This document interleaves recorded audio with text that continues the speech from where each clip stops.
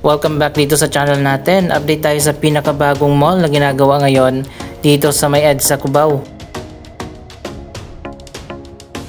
Wow, ito na nga, malapit nang matapos ang bagong Philinvest Mall. Kitang-kita na natin habang nakasakay tayo dito sa LRT Line 2. Napakaganda pa naman ang location nito sa kanto ng EDSA at Aurora Boulevard.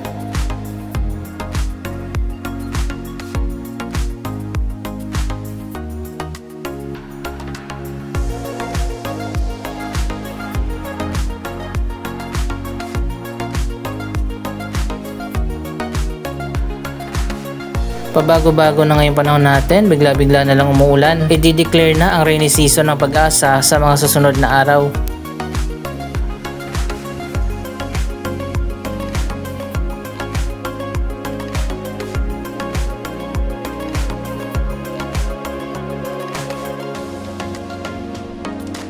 Anyway, andito na tayo. Ito na ngayon ang pinaka-latest na update sa Philinvest Activa. Ito ay isang mixed-use development. Magkakaroon dito ng 5-story mall, isang office tower, isang home and office building at isa pang residential tower at meron pang hotel.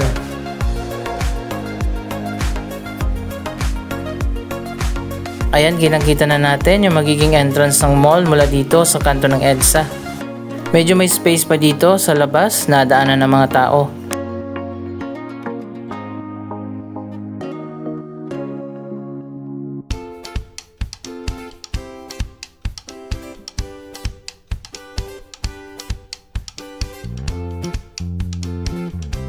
Ito na nga ang isa sa mga entrance.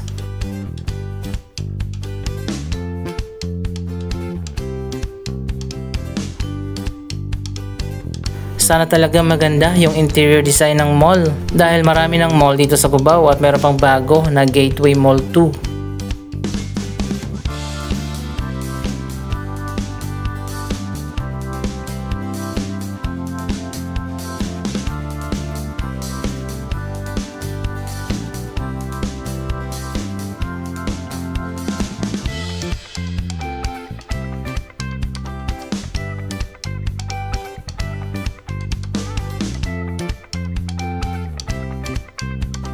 Malapit nang matapos ang exterior. Pero dito sa taas ng mall, itatayo pa yung isang hotel, isang condo at isa pang office tower.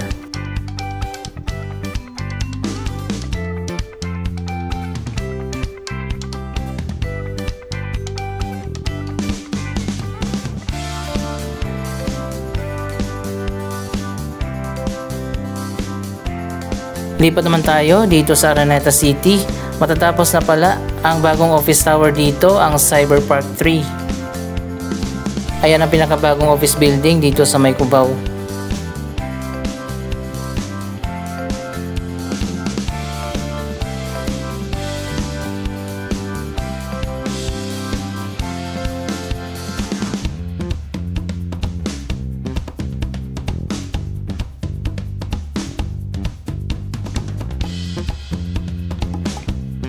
Silipin natin ang Gateway Mall 2, ang pinakabagong super mall dito sa Araneta City. Tingnan natin ang latest na ganap dyan sa loob. Bukas na yung mall pero hindi pa fully occupied ang lahat ng mga commercial space. Connected din sa mall ang Ibis Styles Hotel.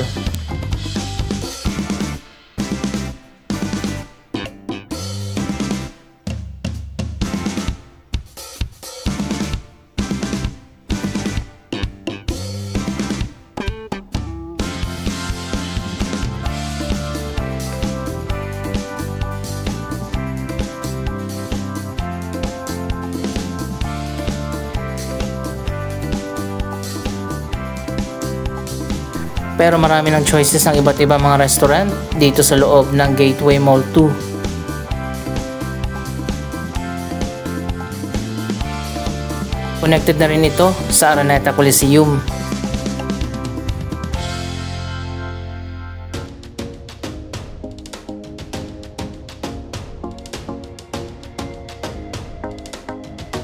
Siguro masasabi ko nasa 60 to 70% na ng buong mall ang occupied.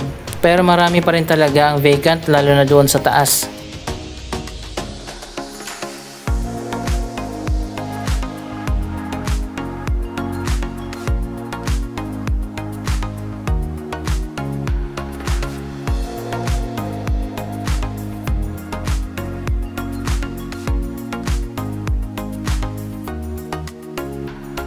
May bagong Nike flagship store ang magbubukas.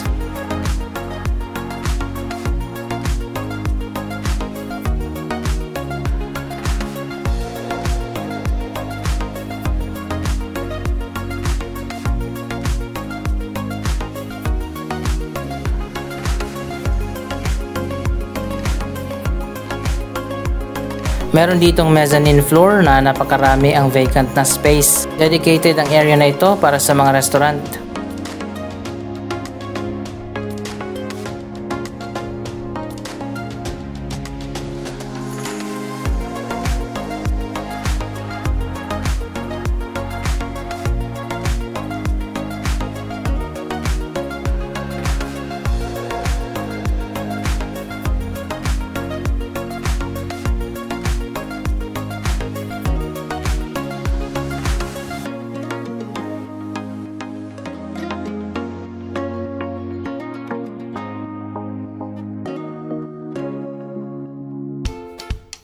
Ang Gateway Mall 2 ay isang upscale mall kaya wala tayong makikita dito na fast food.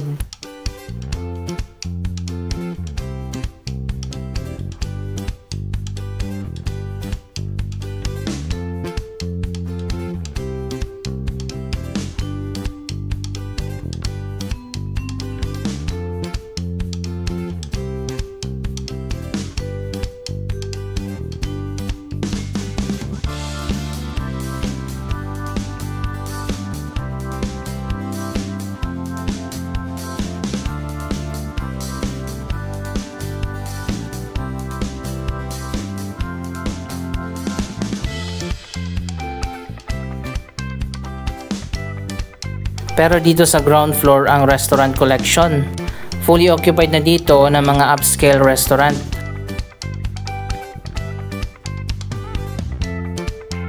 Nandito naman sa gitna ang indoor fountain.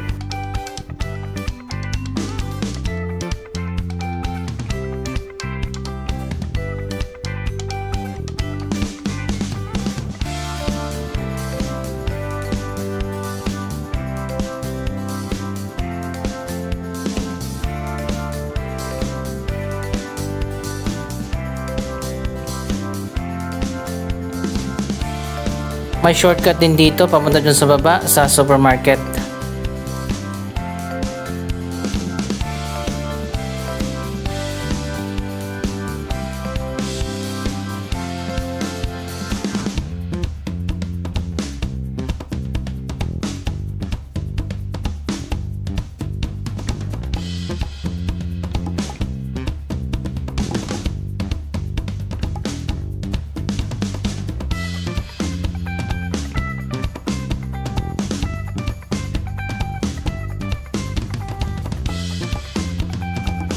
May performer din dito sa may lagoon. Napakaganda ng ambience dito habang kumakain ka, merong kumakanta.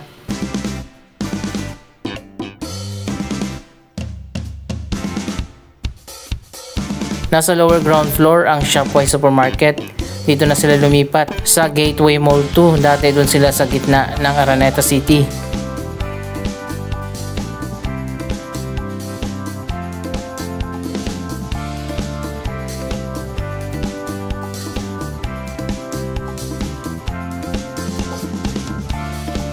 At ito ang sinasabi ko kanina na mayroon pang shortcut na daanan papunta dito sa supermarket.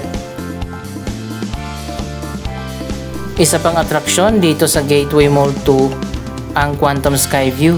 Isa itong giant 3D billboard na inilagay sa ceiling ng mall.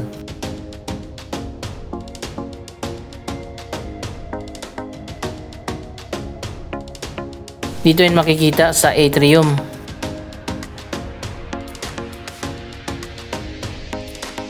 Marami ding restaurant dito sa atrium area.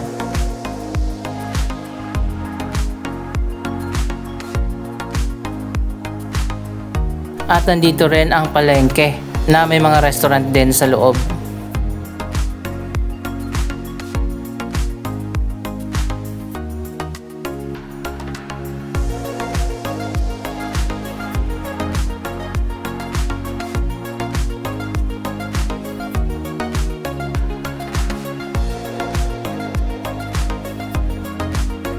Ang ganda talaga kapag nakabukas ang Quantum Sky View.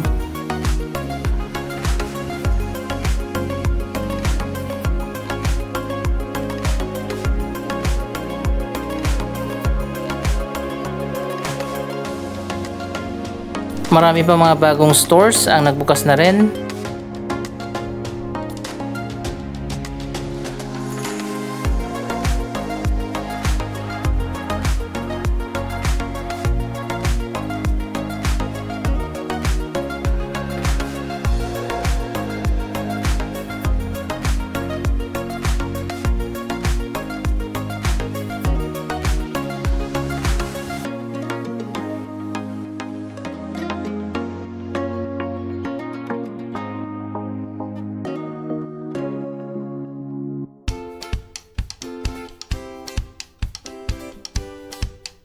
At may mga bago pang coming soon na restaurant.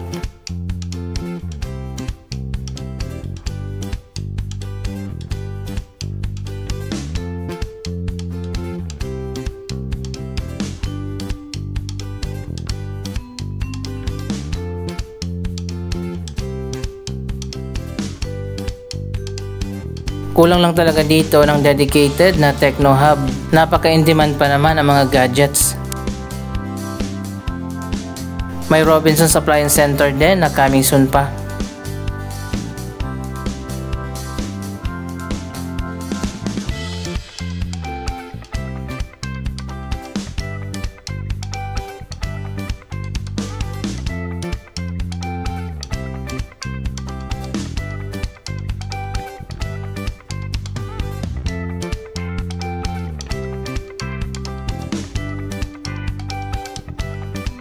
Gaya na sabi ko kanina, dito sa upper floors marami pang vacant.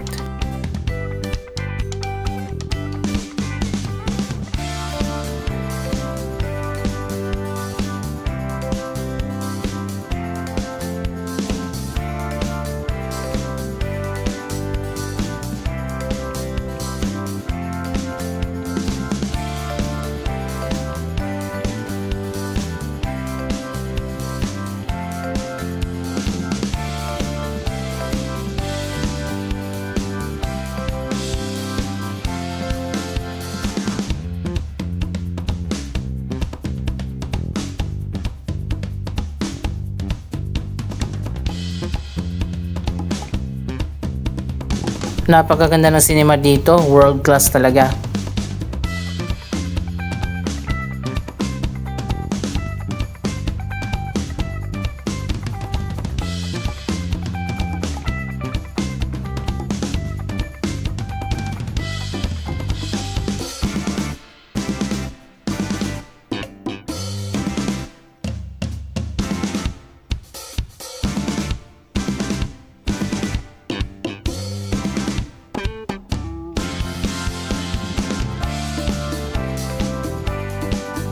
Ito naman ang The World Kitchens.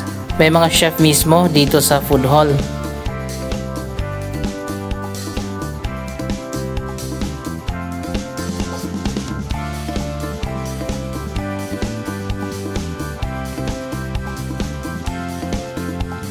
Hindi na pala tayo pupunta din sa taas sa Sky Garden dahil sobrang lakas ng ulan.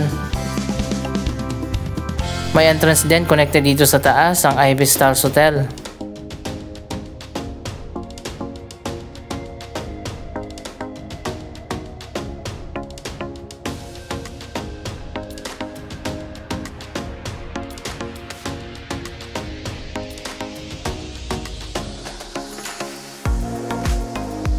At maraming floors ang connected sa original na Gateway Mall o Gateway Mall 1.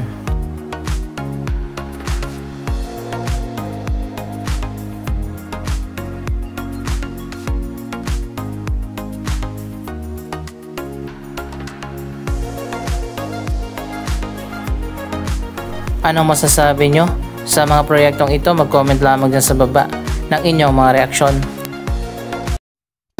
Maraming salamat sa inyong panonood. Huwag kalimutan na i-share ang video ito at mag-subscribe para sa daily updates. Thank you for watching.